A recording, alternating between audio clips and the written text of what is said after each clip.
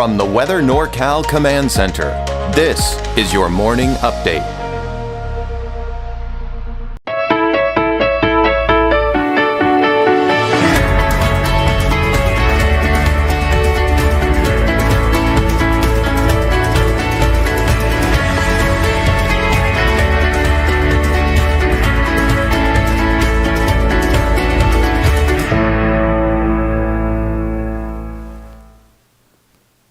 Well, happy Monday morning to you. What a weekend it was for some of us. You know, there were some of us that experienced this storm and were like, well, what storm are you talking about? Then there were others who experienced the storm big time. And one of the things that I've been really stressing during last week was that the main impact was going to be in the higher elevations and travel and, you know, looking at a lot more snow up in the higher elevations and not a huge impact in the valley. Yeah, we saw thunderstorms. We saw some accumulating hail in some areas and, of course, those gusty winds initially last Thursday. But the main impact over the weekend was in the mountains. And we'll see that as we go closer to our deep dive forecast, looking at some of those snow totals and some of those pictures out there as well. But we do have more rain, more wind, and more mountain snow, believe it or not, for today and tomorrow. But I am expecting this for us to see a bit of a break by the middle of the week. But not only drier, but warmer going into the end of the week. And then, of course, a chance for more wet weather by this upcoming weekend. Taking a look at your planner for today as you're heading out the door, be ready for some cold temperatures. We're going to see some patchy frost out there in the valley, with temperatures dropping down to right around or maybe even just below freezing in some cases, especially the north end of the valley. For Siskiyou in the eastern mountains in Modoc County, you're going to be looking at snow flurries throughout the day today as well, but nothing nearly as heavy as we saw over the weekend in some cases here. The North Coast still seeing maybe a chance for some showers here throughout the day today. And of course, inland, you're looking at some cold temperatures to start off the day as well, and not to mention out towards Trinity County. So we're starting to finally see that colder air begin to migrate a little bit more to the east and actually shift a little bit more to the north. And as a result, we're going to actually see those snow levels rise through the day today and even more so by the time we get into tomorrow. So let's take a look at futurecasts and get you through the day what you can expect. So as we go into the morning hours here, we're going to notice that most of the snow, which will be around 1,500 to 2,500 feet, but also keep in mind, it'll start off around 1,000 to 1,500 feet, climbing up closer to 2,500 feet later in the afternoon. But you can see most of the snow flurries will be off to the north and off to the west, with more showers out along the coast. Could we see an isolated thunderstorm? Not out of the question, but those chances are getting slimmer. But notice the valley, it's just mostly cloudy and dry, and that's the case for the most part in the eastern mountains as well. But now we're starting to see it kind of push eastward. So as we go into later this afternoon, I think places like Redding and even Chico and Orville have a chance for some light showers, nothing heavy. And then really there's a chance you could get through the day without even seeing a drop of rain for Red Bluff, Corning, and Willows. But some heavier rainfall along the coast later this afternoon. And again, we're seeing some more of that snow in the mountains. So it does get a little bit heavier above, say, 2,000 feet. Now we go into tonight. Still some of those light showers, especially the north and east side of the valley. More snow flurries in the mountains will impact your mountain travel, and still some decent rain out along the coast tonight. And taking a look at those road conditions, as I mentioned, conditions will get better. Look at all of the blue turning to green. So that's the snow level starting to climb throughout the day, but I still expect there's going to be some issues on I-5. However, because I am expecting that snow to get a little bit heavier later this evening into tonight, and that could create some issues. However, what you'll notice as we go into tonight and tomorrow, we're seeing more of the kind of these purple and red colors. That's not necessarily that there's going to be ice coming down, but what that means is probably more of that mix, right? So we're probably not going to see as much accumulation on I-5, and look at Highway 299, all in the form of most likely rain. Okay, so that's it tonight and into tomorrow morning. So if you have travel plans in the mountains, just know that conditions will be better than they were over the weekend. Here is a look at your neighborhood by neighborhood forecast. We start off with Trinity County with temperatures in the low 40s for today. And for the North Coast, your temperatures are going to be in the mid to upper 40s, even some low 50s in there as well. Look for a high of 50 for Smith River, 49 for Trinidad, Hoopa, Willow Creek, about 45 degrees. We take a look at your Siskiyou County neighborhood forecast with temperatures in the really around 40, although as you notice it gets a little bit colder, not getting as warm off in the eastern portions of Siskiyou County. Should be somewhere in the low to mid 30s there. Temperatures for Modoc County, mid 30s give or take, about 35 degrees for Canby, 36 for Bidwell, and 34 degrees for Cedarville. And as we take you off into the eastern mountains, temperatures also quite cool there, only reaching in the mid 30s. Although places like Shingletown, Paradise, you'll be looking at temperatures more like the low to mid 40s. And here's your Valley neighborhood forecast with temperatures in the low 50s, 52 degrees for Corning, 53 for Orland, and 53 degrees for Biggs. We take you up north, 46 out towards the city of Shasta Lake, Lakehead 43, and temperatures mainly in the low 40s, although places like Redding only getting up to about 48 degrees for that daytime high. Let's take a look at that 7-day outlook, and there, of course, you can see, of course, the chance for showers. Now, I've got it isolated today because it's not going to be all that heavy. And then I do expect to see a better chance for showers across the board on Tuesday.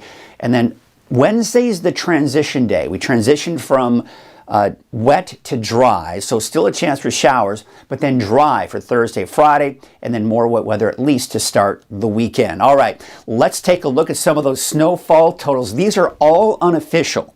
I reached out to you on Facebook and I said, hey, what did you see? So again, these are coming from your neighbors who either made an estimated guess based on what they saw or actually took a ruler and measured. So again, take these as unofficial, because if you live in any of these communities, you might be saying, I didn't see nearly that much. But again, keep in mind too, a lot of these communities like Shingletown, for example, you can go anywhere from 2,000 feet to over 4,000 feet, depending on where you are in Shingletown. So Side Valley, look at that, almost a foot of snow, and that's only just below 1,400 feet. So some of those lower elevations really did see a lot of snow. Now Mount Shasta City, boy, it varied too where you were in Mount Shasta, but about 6 inches from someone reporting at 3,800 feet. Now Weed at Hammond Ranch, about 4,000 feet, about a foot of snow there, but at 3,400 feet, 1 to 2 inches. So it's kind of one of those hit or miss types of situations, especially in Siskiyou County. Now we take it into McLeod at 3,300 feet, 3 to 4 inches of snow. Hayfork at around 2,300 feet. And the reason I say this is because the person who reported this did not give me their elevation. So I just kind of take what the overall elevation is for that particular community. And 2,300 feet, look at that, over a foot of snow. Now, I do know that there are parts of Hayfork that as you just start getting outside of town, you do get higher in elevation. So you may see more just outside of Hayfork, and then Hayfork itself in the center of town may have seen less. And that's what I'm anticipating may have happened there. In Weaverville, around 2,000 feet, anywhere from about 8 to 12 inches of snow there. So very impressive. All right, we take you out to Lewiston, 1,800 feet, 7 inches. Douglas City, about 4 inches. Trinity Center at 3,000 feet, that is 18 inches. Look at Ruth Lake, 3,500 feet, 48 inches of snow. That's in southern Trinity County. Near Soames Bar, Orleans, my weather, I guess you could call it weather watcher. You're all weather watchers if you send in these reports, by the way, indicated about 2,200 feet. Now they're near Soames Bar, the Orleans area, so again, elevation is important to take note here, but about 22 inches. Lower Shingletown, 2,200 feet. So you look at Soames, 2,200 feet near Soames Bar, 22 inches. Then you go to the other side of the valley in Lower Shingletown, only an inch. Shingletown, 3,200 feet, only about an inch and a half. Now, again, it may depend on where you are in Shingletown, but let's take a look at this. This is up in Upper Shingletown at Starlight Pines, and about 8 inches of snow. So again, you get into those higher elevations and things look better. Look around the Lake Macomber area, 20 inches of snow. Bernie, around 3,200 feet, about a foot. Hat Creek, 3,400 feet approximately at 8 to 10 inches. Look at Chester, around 4,500 feet, about 12 inches of snow there. Northeast Portola, close to 5,000 feet, 46 inches of snow. I'm not sure how you say this. Is it Gragle? But 4,500 feet.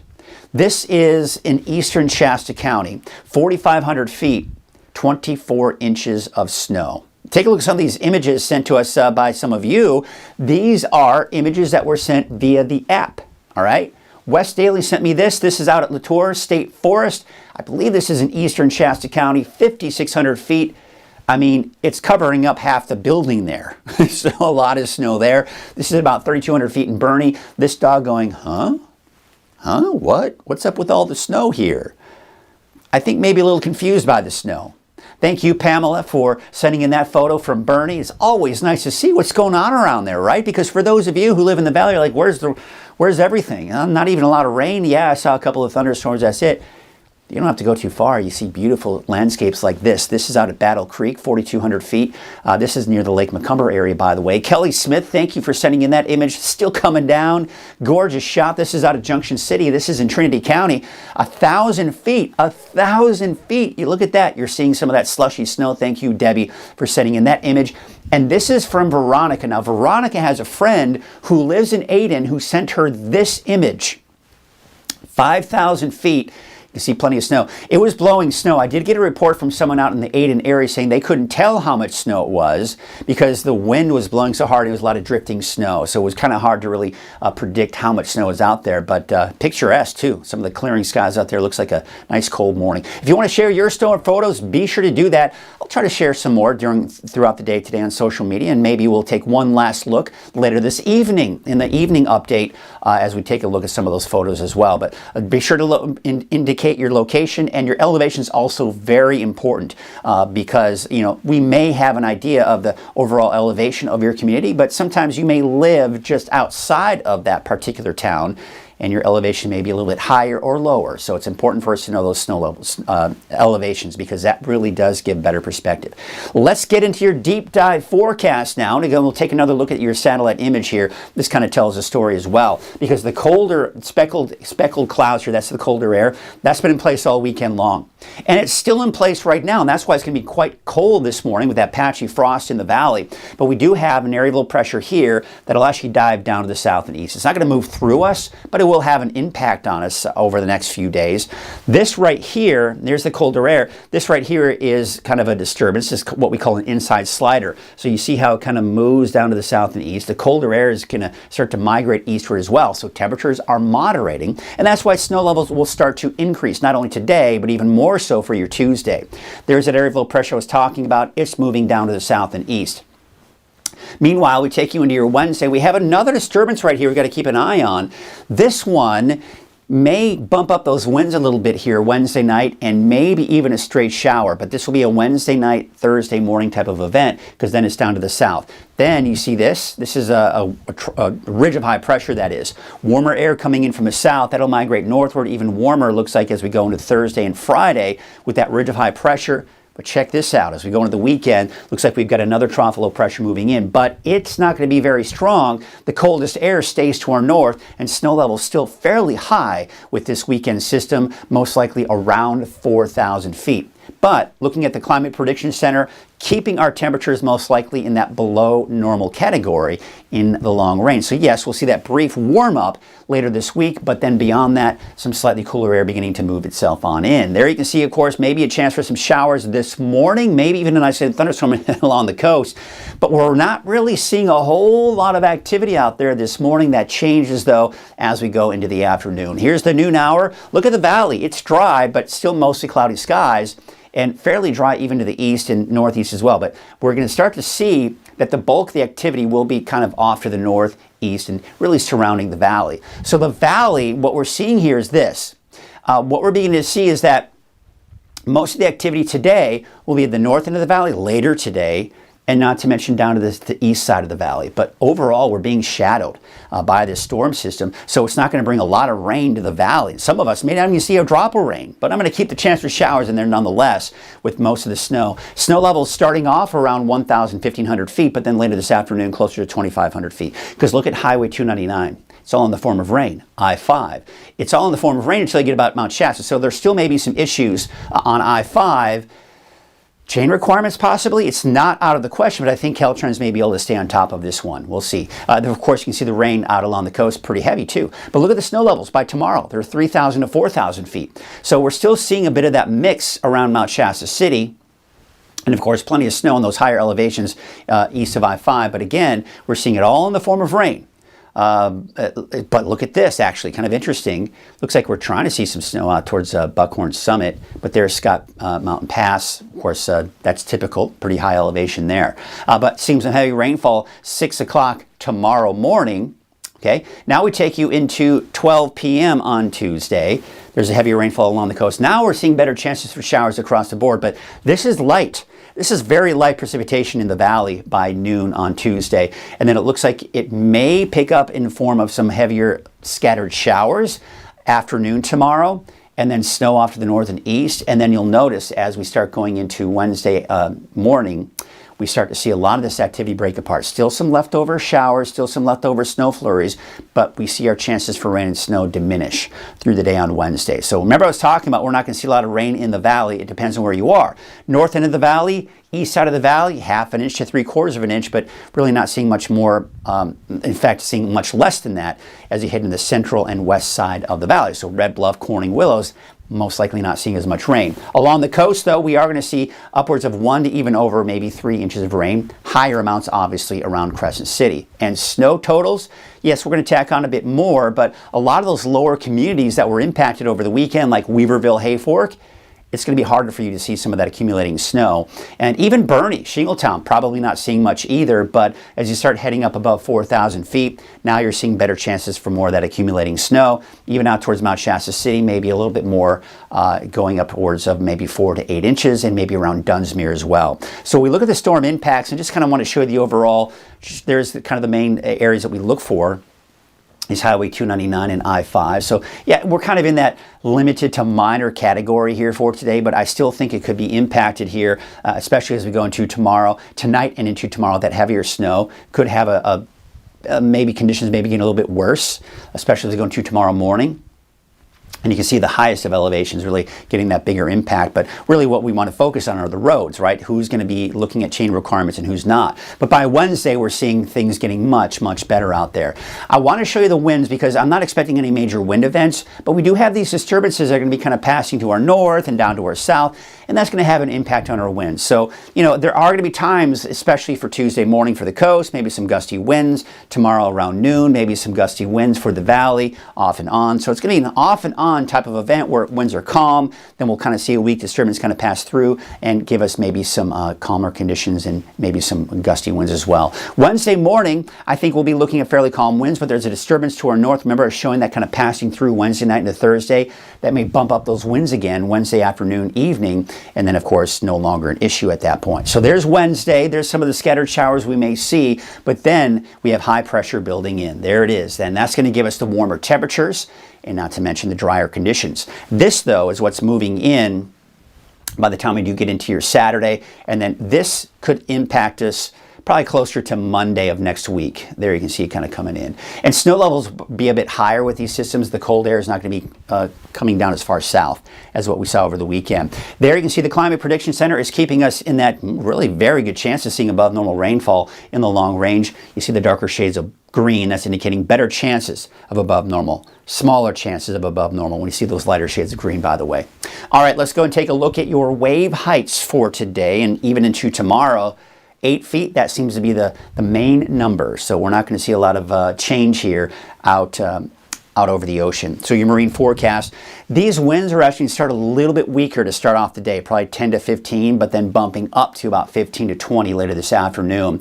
And there, of course, you can see no alerts. We're finally getting away from those small craft advisories and hazardous seas warnings, right? So conditions are better out there. There you can see temperatures for today. Still on the coolish side. We're talking upper 40s, low 50s, and not coolish, but just downright cold for the higher elevations. Temperatures there mainly in the 30s. You can see low 40s for Trinity County, upper 40s to around 50 out along the coast. All right, let's take a look at your 7-day forecast region by region. Of course, for the valley, there you can see some of those isolated showers. Nothing that heavy. So don't be fooled by all the, the clouds and all the rain coming from the clouds. This is a better chance tomorrow, I think, for everyone seeing some of the shower activity. And then just a slight chance for some activity here on Wednesday, but overall it's drying out on Wednesday. And then there's Thursday, Friday dry, more showers coming in by the weekend. And really we're seeing the same thing as far as the overall trend with the wet to dry back to wet. And those snow levels slowly increasing. We're back up to about 4,000 feet by tomorrow. And it'll start off, probably around, say, 2,500, 3,000 feet Tuesday morning, but back up to about 4,000 feet by Tuesday afternoon. Taking a look at your 7-day outlook for Siskiyou County, Modoc, and the eastern mountains. There, of course, you can see those snow levels increasing as well over the next few days. And even with Saturday's system, I do expect fairly high snow levels, probably around 4,000 feet.